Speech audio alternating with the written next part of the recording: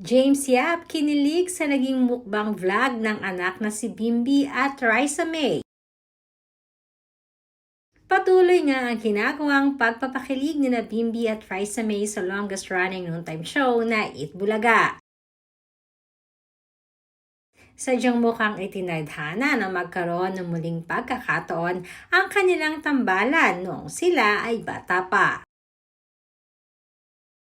Kahit noon pa man ay very vocal naman si Miss Kris Aquino sa kanyang pagtawag bilang manugang kay Raisa.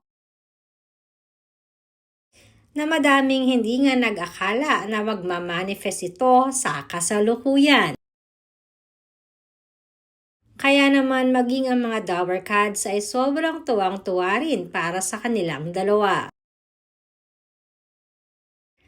Araw-araw nga ay madaming netizens ang nag-aabang sa mga kaganapan ni na Raisa at Bimby.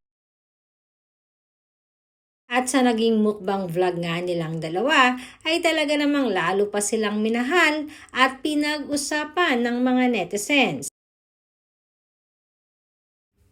Isa nga sa hinangaan ng mga netizens ay ang pagiging mabuting tao ng dalawa. Kitang-kita daw kasi talaga ang kabutihan ng puso ni Raisa at ni Bimby. Isang bagay na talagang nakakatuwa para sa kanila. At ayon nga sa aming source ng isang entertainment at sports magazine, ay nakakatuwa di umano na makita ang naging reaksyon ng tatay ni Bimby na si James Yap.